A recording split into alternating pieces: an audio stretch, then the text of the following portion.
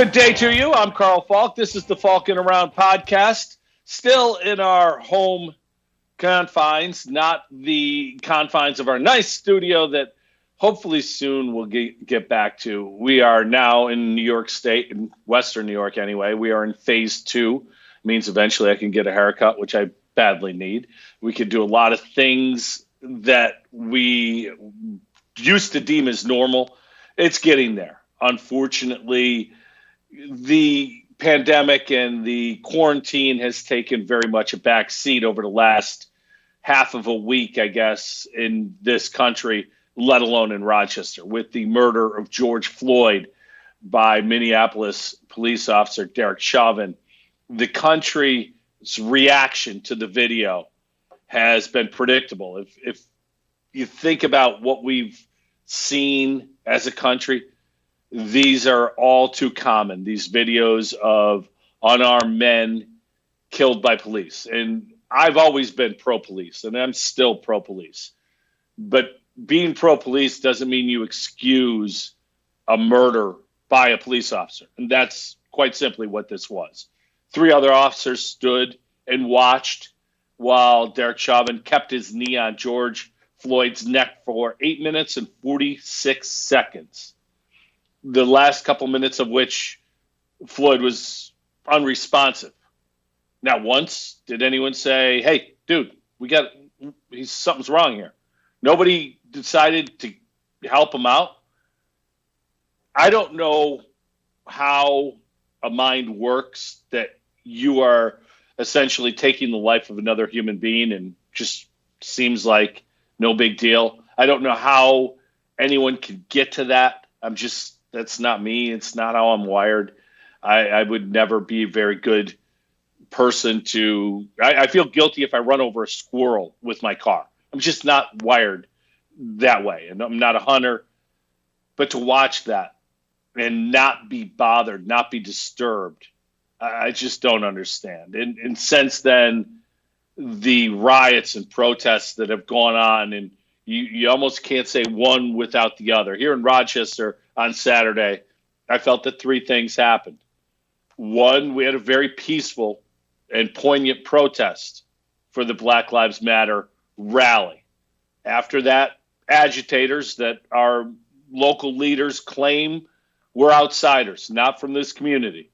I hope that is proven to be true, by the way. But they were agitators, and they started the violence. They started the fire, if you will. And just because the fire started doesn't mean you should go and grab a gallon of gas and throw it on there. And unfortunately, that's the third thing that happened, is our local people did that. This started, and they joined in. And it was, to me, as disturbing of an image to watch police cars being burned, to read on Twitter about the looting, to see a video of people stopping their car in the street, running into a store to steal sneakers, to see a video of shop owners, husband and wife reportedly, being beaten with a 2x4 by people. This is our town. This is our community. This is Rochester, New York. And this is what's going on. And our country, sadly, this is the biggest story. It's been strange to think that the biggest story, arguably in our lifetime, the pandemic, the quarantine, has almost become a forgotten part of this. Social distancing. What the hell is social distancing when you're looting and when you're protesting? It's been a secondary thought in whether or not we're going to end up further back in quarantine because of this, or maybe further ahead, because if there's not a spike that comes up with all this lack of social distancing, maybe it is time we can all get back to work. But I hope when we do get back there, we could this is my message, and this is all I'm thinking. Just don't be an asshole. You look at these people who are looting, or the officers who let Derek Chauvin kill George Floyd. you're being an asshole. And that totally makes our situations worse. Be good to each other. It's just not that hard. And, I used to be in media, and I guess through doing this, I'm still technically in the media. But the media's reaction is one that I think deserves some scrutiny as well. Let's face it. The media is based on web clicks. We do this podcast, and every week we hope people will tune in. We hope people will click on it, and eventually that'll lead to something. That's a good thing. You get clicks. That's what media has become nowadays. Last night, we're doing this Tuesday morning, June 2nd. Last night, our president walked from the White House to a historic church that was burned during the protests the night before. And while I watched this, I flipped back and forth from CNN to Fox News because I wanted to see the media portrayal of what was going on. And it was amazing to me. It's as if you were watching two different events take place, but it was the same event. It was the same exact event, but completely represented differently. And in this day and age of social media, where we're much better at speaking figuratively by typing on a keyboard than we are at listening, reading things that don't go along with what our preconceived notions are, don't work.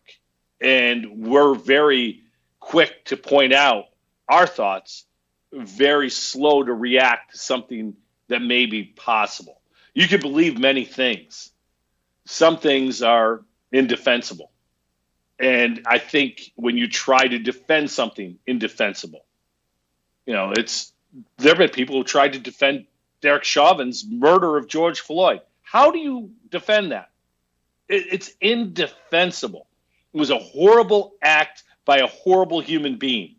Oh, and one quick note on Derek Chauvin. I don't know what punishment he will get. It's going to be severe. It better be severe. But what prison can take that man in and let him serve the rest of his life behind bars like he should without an incredible adjustment to how they do things? That man can never be around another prisoner because the minute he is, jailhouse justice, which is one of my favorite things, by the way, will get him. It's just such an incredibly complicated time and such a sad time because so many people are being hurt. So many innocent people have been hurt in all walks. And that's not what this country was built on. We are so much better than this. And it's just been sad to me to watch this. Now, you're starting to see, and here's the good parts, you're starting to see people pitch in to help clean up. A lot of athletes, I'll mention Ray McLeod and his brothers in Tampa were down cleaning up after the riots Sunday morning. A lot of pro sports teams issuing statements. The Bills and Sabres, Kim and Terry Pegula, issued statements. All of these things are good if they're actually followed through on. Be better. Don't be a racist. It seems so stupid to even say that and to think that in the year 2020. But unfortunately, it's at the very heart of all of what's going on right now. And I only hope that we can do better as a society. One thing about pro sports teams issuing statements, one team has not. Not surprisingly, the New York Knicks have not. They actually sent out an internal memo yesterday, James Dolan did, because of their business interests, Madison Square Garden and the entertainment interests. They did not want to take a political stand. The NBA has a ton of African-American athletes. It's no secret. It's predominantly a black league. The players for the Knicks, knowing that their boss is unwilling to take a stand beside them at this time. If you're a Knicks fan and you have dreams of getting a free agent to come play there. James Dolan's the worst owner in sports. He threw gas on his own fire with his lack of reaction. It's just amazing to me how these billionaire owners can be such stupid individuals and essentially, in James Dolan's place, a very bad person as well. So, again, I hope next week this is a foregone thought. It's over. We're back rebuilding, getting back to work with our community in a better spot. Anytime we have something like this, I always hope that we come out of it better as a society. We need to do better. We have to be better people. And my message to all of you, don't be an asshole. Look out for your brother. Look out for your fellow man. It's not that hard. It really isn't. There's no easy segue to sports, but I'm going to just move on from the world topics to sports. And, again, here we are a couple days into June, and this is when we should be talking baseball. Baseball may or may not be played this year. The owners and the union are going back and forth to try to set something up that will allow them to play. It's strange because they reached an agreement in March when the pandemic first hit and everything got shut down, where the players agreed to prorated salaries based on games played. That was what the players are referring to as their pay cut. So when the owners went to them with their proposal last week, which suggested pay cuts up to 80% in some cases. If you made over $20 million, you would get 20% of your salary. If you were a minimum salary player, you'd get 90%. It was a sliding scale. So the biggest names in the sport would lose the most money. That didn't go over all that well. That would have saved the owners $1 billion in an 82-game season. Now, remember the prorated share of salaries. More games played without fans, most likely. The owners pay more money. Players make more money. The only money the owners will make is going to be from television revenue. That's why the postseason may be the most important part of this negotiation, because the television revenue for the postseason could go a long way to salvaging the owners' losses for this year. The players have all along wanted the owners to open their books, show us what you're making. And the owners refuse to do that. And whenever somebody refuses to show you what they're saying, I always look at it as you've got something to hide. If you're not willing to open your books, you're probably making a lot more money than the players know you're making. And that's the players' point. So the players come back with a proposal for 114 games and expanded playoffs. The season would start July 1st and end October 31st. I'm sure there'd be double headers in there. As a fan, this is something you would want. 114 game schedule, expanded playoffs. Yeah, bring it on. The owners yesterday countered with a 50-game schedule. I have to point out that last year's World Series champion, the Washington Nationals, had a 19-31 record after 50 games. The beauty of baseball, or in some cases, the agony of baseball, is it's a marathon. And if you're a team that's not off to a good start in a short season, your season's done. It's not something that baseball is designed to be. This will be very much, in any way, a bastardized version of the baseball season. But the players and owners continue to fight. Here we are, June 2nd. If an agreement is reached tomorrow, they probably could begin spring training in a week, June 10th. Now you want to start the season July 1st.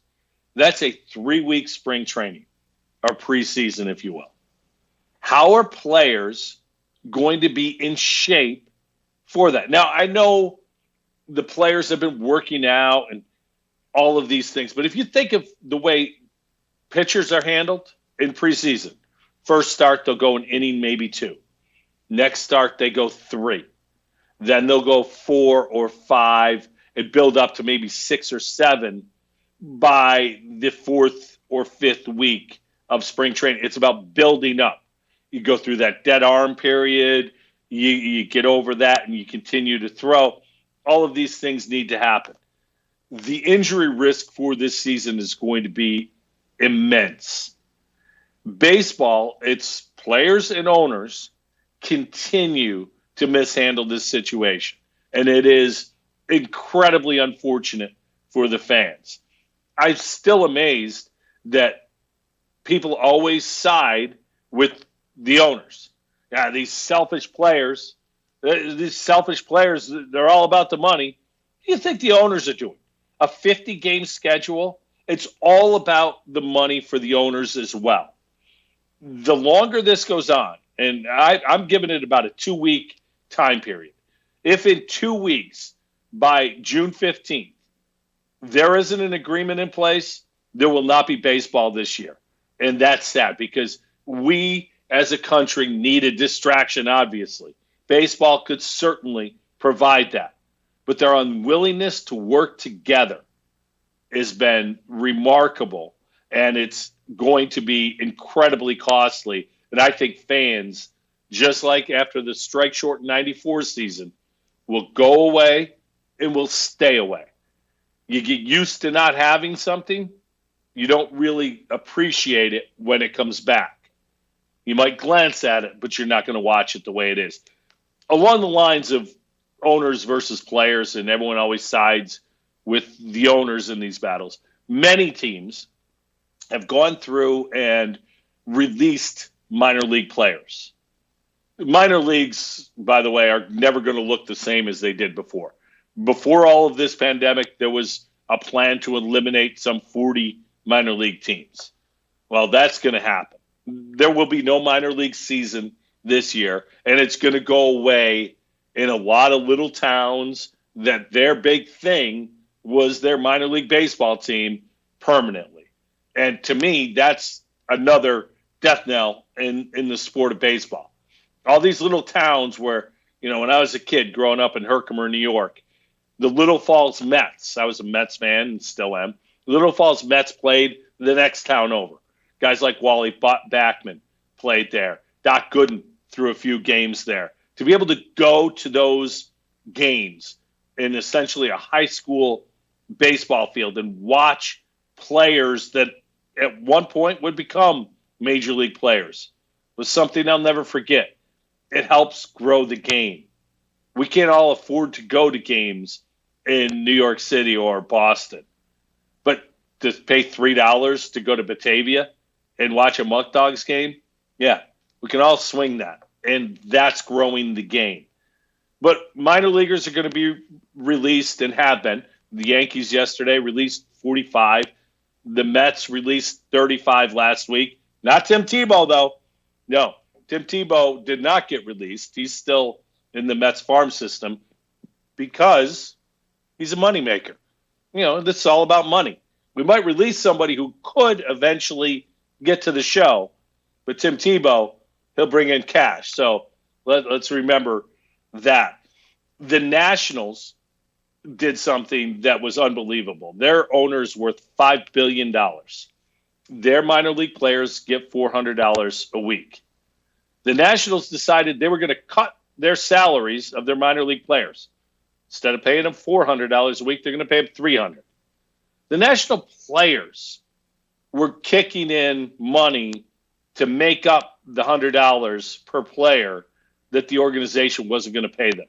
David Price of the Dodgers, he's not even been a Dodger yet. He was giving every minor leaguer in the Dodgers system $1,000. These guys who are minor league players are playing for a dream, basically, and living day to day with very little money. Yes, they might have gotten signing bonuses at one point, Most of them, though, they weren't big signing bonuses. They were $30,000 signing bonus, $50,000 signing bonus. We read all about the big signing bonuses. Majority of minor league players don't have that. It's amazing to me, a couple of the small market teams, the Twins and the Royals, have decided to keep all of their minor league players and will pay them for the entire year. It just, again, shows empathy from some ownership groups. There are a lot of ownership groups this year, I'm 100% believing this, that want this short season to go away. They're going to lose money. If they don't have to pay players, they'll lose much less money. Therefore, it's a lot easier for them just not to have a season. It's a really sad time in the sport of baseball, and I simply don't think it's going to get better anytime soon. I like that negotiations are seemingly picking up. You had a proposal, a counter-proposal, another This is how things get done. But at this point, they're still so far apart. The divide is so great that I think for them to come together and get players on the field in time to safely begin a season is a long way away. Keep an eye on baseball, and sadly, again, it's just not something that I think is going to happen anytime soon. The Lance Armstrong documentary wrapped up on Sunday night, and this is one of those things that if you watched it, you'll know what I'm talking about. This is as strange of a guy that I've ever seen profiled. He is a complete jackass. He's an arrogant dick is what he is. Is unlikable of an athlete as I've ever seen, heard. Also, as dominant of an athlete. But he's a cheater. So is he truly dominant? But then he's a cancer survivor who raised $100 million for cancer research. The Live Strong Foundation has raised $500 million for cancer research. But watching Lance Armstrong today talk about all of these things that went on in the past 20 years, if you will, the guy's still the same guy. He's still a jerk. His hate for Floyd Landis is amazing. Floyd Landis is the person who blew him in, don't forget. Floyd Landis won the Tour de France, was disqualified because he tested positive. Floyd Landis set out for 2 years, was banned from the sport for 2 years. He then tried to come back, but Armstrong's team and others said he was too toxic. So in a nutshell, Floyd Landis had some drinks one night and fired off a couple letters detailing the amount of cheating that he did. Floyd Landis and Lance Armstrong still hate each other. That much is clear. There was a trainer who was part of the U.S. Postal Service cycling team. Emma O'Reilly was her name. Emma O'Reilly was interviewed in this documentary and talked about different things. When this all was going on, she told somebody different parts of the cheating that she witnessed. Under oath, in a deposition, Lance Armstrong referred to Emma O'Reilly as a whore who was trying to distract her own misdeeds by accusing him. That's how bad of a human being Lance Armstrong is. Meanwhile, she was telling 100% of the truth. But to cover his own ass, that's what he referred to her as. And again, you start seeing all these things and you think, what an incredibly awful human being. And then there's the Live Strong part of it. And the bracelets that everybody wore and the amount of cancer research that's been done because of it. We all know somebody affected by cancer. Likely their treatment somehow was benefited by Lance Armstrong. And that's why I've always said he's the most conflicted athlete I've ever seen. ESPN's Jeremy Schaap spoke about Lance Armstrong, and I think this sums it up as well as anything.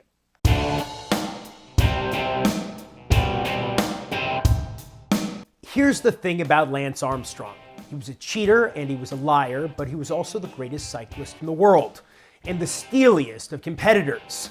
I have no doubt that he's the kind of guy who would not have hesitated to grab his slingshot, march straight up to Goliath, and poke him in the eye. Of course, Armstrong's aggressiveness is his defining trait, for good and bad. When you talk about Armstrong, you have to talk about two separate but distinct categories of wrongdoing. In one category, there's the doping and the lying about the doping. In the context of the sport, which was saturated with drugs, Armstrong made the decision to compete to win. And back in that era, you couldn't expect to compete if you weren't cheating. It's the other category of wrongdoing that remains so troubling and that forms the emotional spine of the 30 for 30 Lance. I'm talking about the character assassination and the lawsuits, the relentless hounding of his critics. Armstrong says in the film that he wishes he'd been a better man, and I believe him. But he still seems not to fully grasp how we got here, how he went from being arguably the most revered athlete on the planet to ignominy. And maybe that's the point. If he did understand, he wouldn't be Lance Armstrong.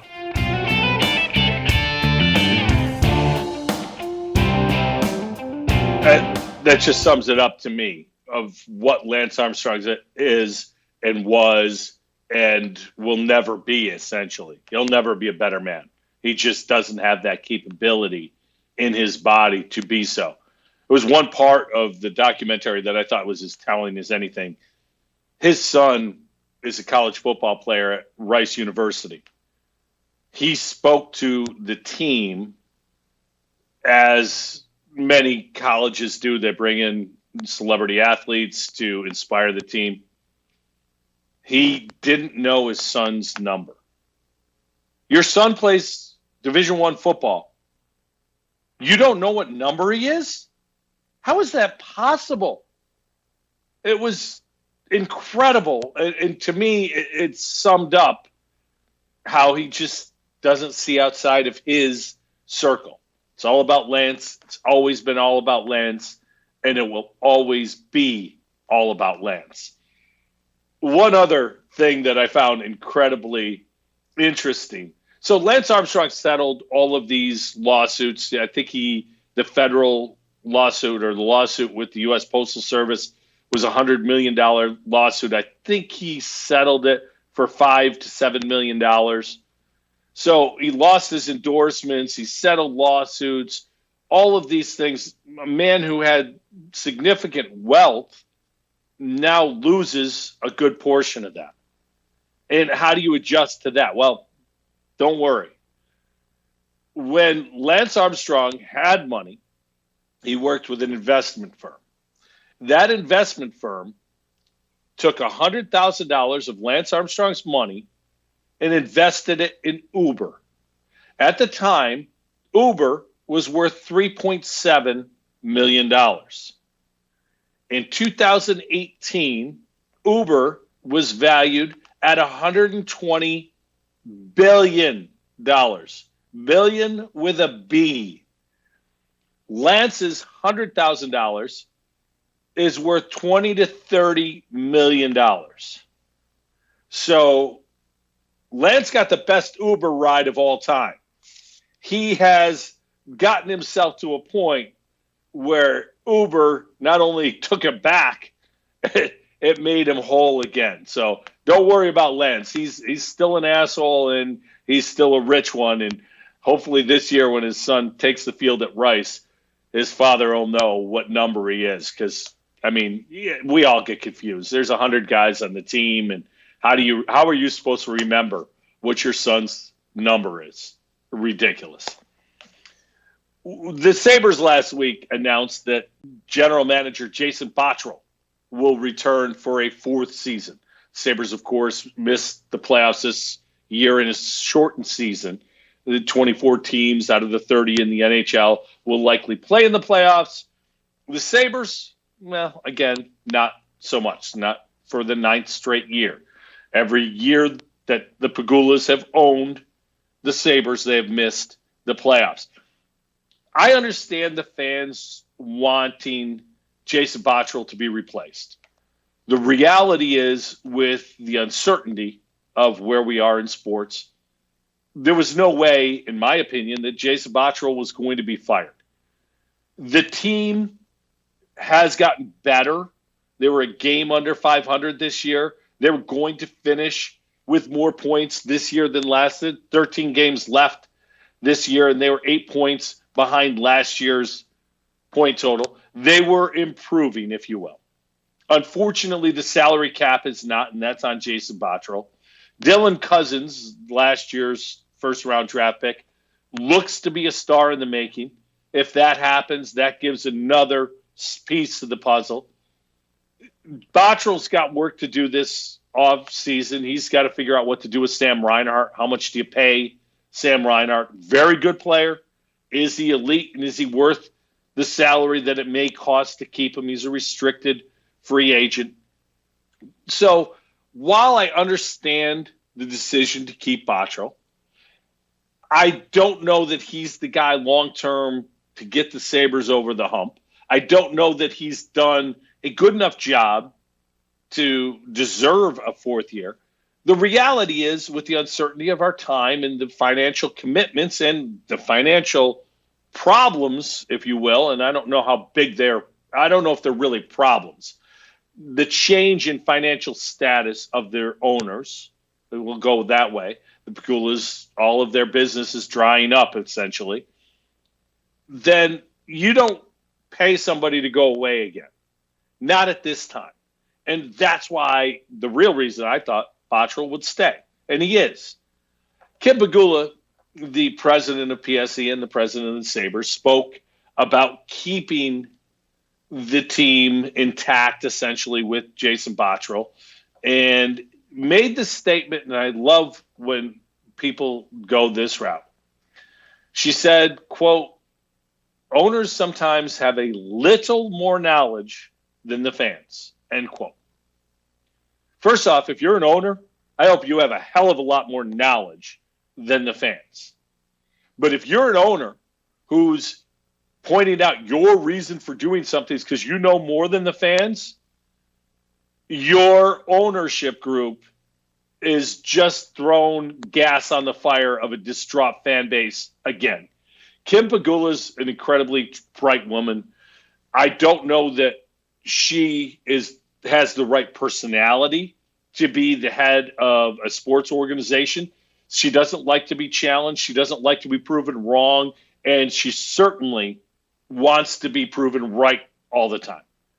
It puts herself in a situation to not be questioned. She won't be questioned. Whereas the results are 9 straight years without the playoffs. But insulting your fan base, taking on your fan base, your customers. Now think about this. When we come out of this pandemic, I'm not sure what a Sabres game is going to look like when it starts up next year. Likely January 1st, assuming they play this summer and maybe early fall to finish the current season. Give the players a couple months off. The NHL, the one thing they've done smartly, in my opinion, is that they've owned New Year's Day. They've stolen that from college football. College football used to own New Year's Day. Now college football gave it to the NHL. And I would expect that to be the day that the NHL starts up again.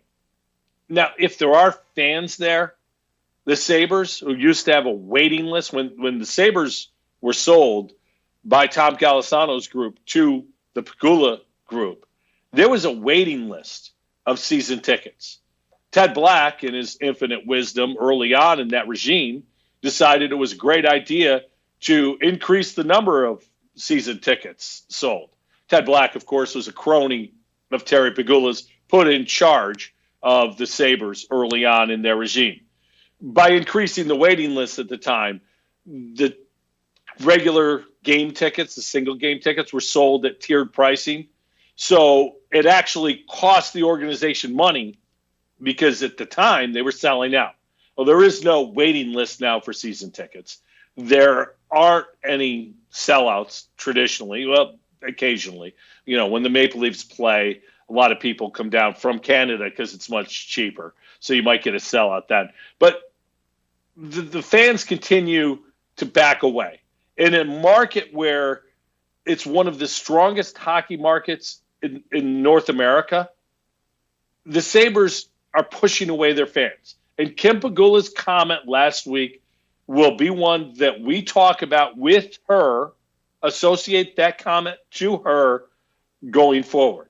That was the day she took on the fans. That was the day she decided that the fans were stupid, because that's what fans hear. Not that owners know more. Owners do know more. What fans hear is what they want to hear. And that is, did she just call us stupid? I know a lot about the team. I actually read everything I can on the team. So I'm a knowledgeable fan. Yes, you are. I still hope every owner knows more than you. It's just not good business again. And Kim Pegula can't help herself. She can't handle PR. She doesn't do PR. I would hope that when all of this ends and we get back to whatever the new normal is, that the first hire at PSC is for a new PR department. And that only works with one caveat, that whatever the PR department sends up to management, namely the president's office, Kim Pegula's office, she listens to. Because at this point, it is amazing how often the wrong thing comes out of their mouth. I want to throw one other thing. We talk media a lot, and I try to point things out about the media. It's amazing to me that the Pegulas, when they want to put something out there, this was John Worrell of the AP, was who she spoke to. It's never the Buffalo News. It's never the guys from The Athletic, John Vogel or Tim Graham.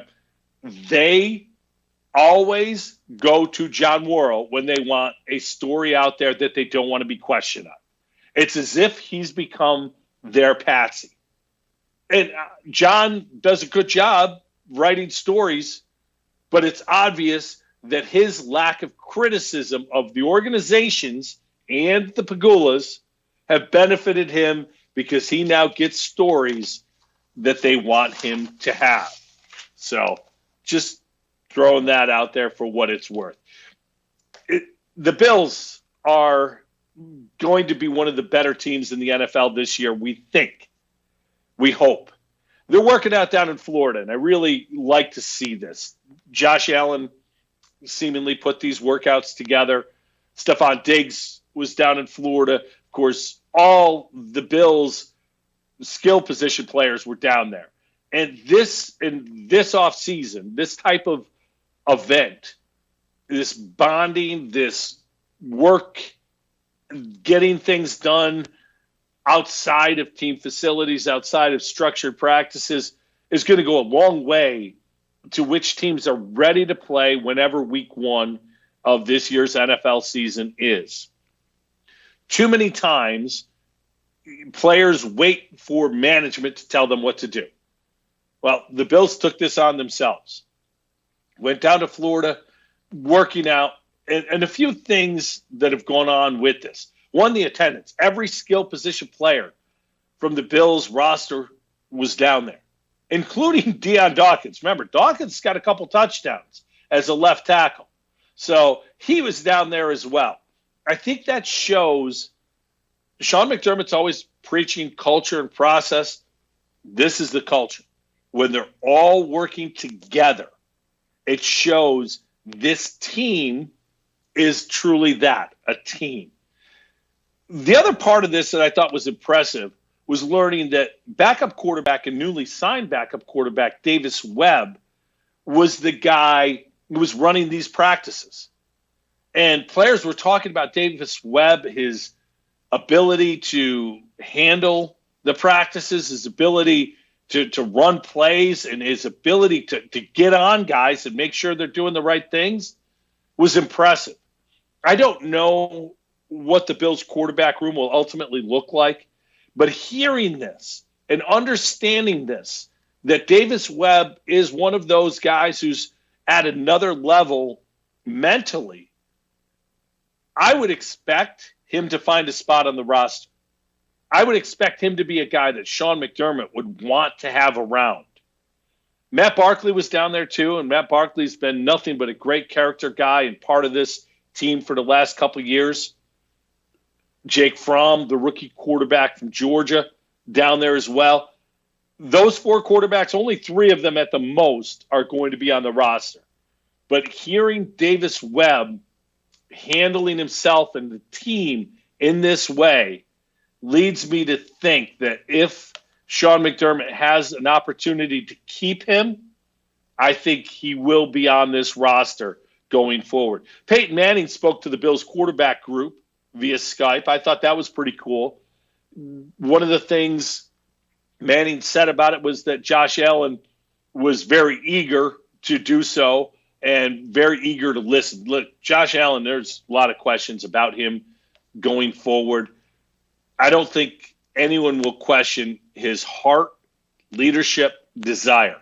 He has the intangibles that will eventually, if the skills and the other things go along with it, make him into a franchise quarterback.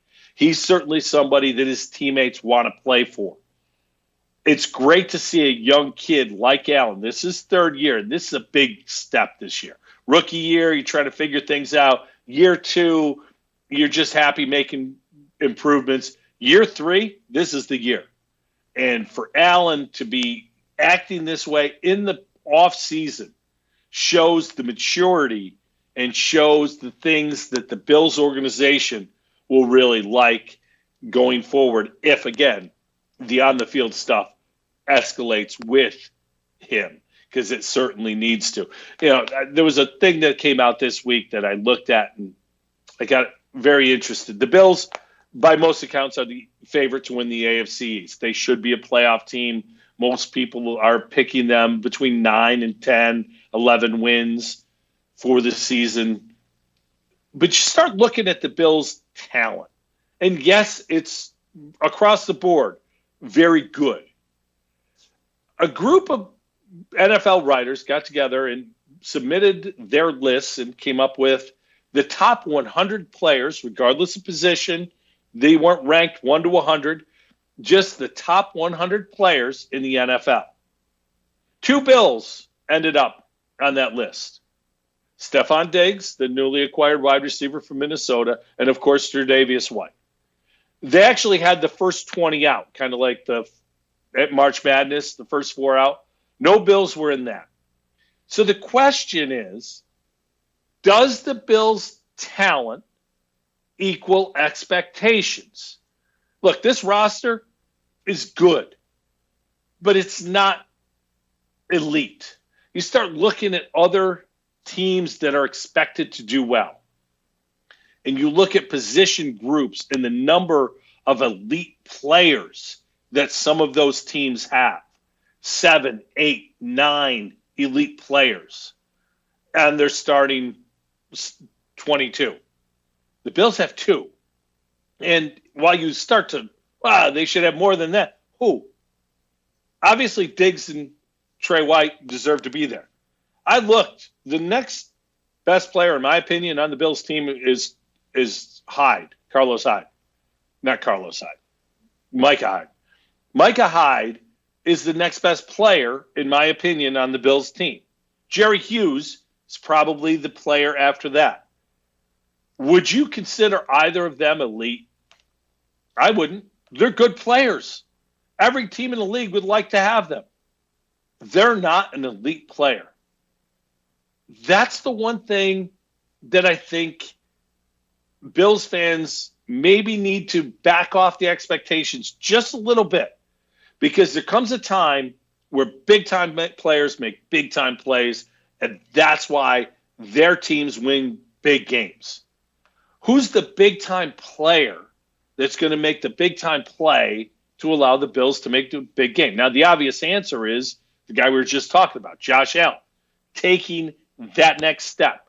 But for Josh Allen to take a step from where he is now, mid-range quarterback, probably in the neighborhood of the 14th to 20th best quarterback in the NFL, for him to go to the top 5 or 6, I'll read the guys they had on the top 100 list: Pat Mahomes, Russell Wilson, Lamar Jackson, Sean Watson, Drew Brees, Tom Brady, Dak Prescott, Aaron Rodgers. 2 of those guys are going to retire soon, Brady and Brees. But who is Josh Allen going to take a big step and be in front of? Lamar Jackson, Russell Wilson, certainly not Patrick Mahomes, Aaron Rodgers? I don't think so. So the Bills have great expectations, and for the first time in a long time, we can say that and feel good about it. I don't want to be raining on anyone's parade, but I think this roster needs more elite before I can look at it and say, this is a team that can win 13 games and go to the Super Bowl. It's not there yet. It's a playoff roster, and it's got great balance across the board. But it doesn't have a dominant offensive lineman, doesn't have a dominant defensive lineman yet. Maybe Ed Oliver becomes that guy. Maybe A.J. Epinenza becomes that guy. Maybe Tremaine Edmonds becomes that guy on defense. There isn't that guy yet. Offensively, there isn't that guy other than Stephon Diggs. And Diggs should have success because Allen, I do think, is good enough to allow him to have success. Maybe Devin Singletary becomes that guy. Maybe Zach Moss, the rookie running back out of Utah, becomes that guy. Before I'm going to go further than this is a playoff team, I need to see the talent level take a step up in certain areas. Brandon Beane's done a great job of making this team competitive, making this team a playoff team. His next job, and he did it this year by going out and getting Stephon Diggs, is bringing in the pieces that take a good team and make it a great team. Can he do that? Can that happen in Buffalo? So we'll certainly keep watching that. Hopefully next week we're talking just sports and not all the goings on in the country. Be safe, everybody. Thanks for listening. We'll talk next week. I'm Carl Falk. This is the Falkin Around podcast.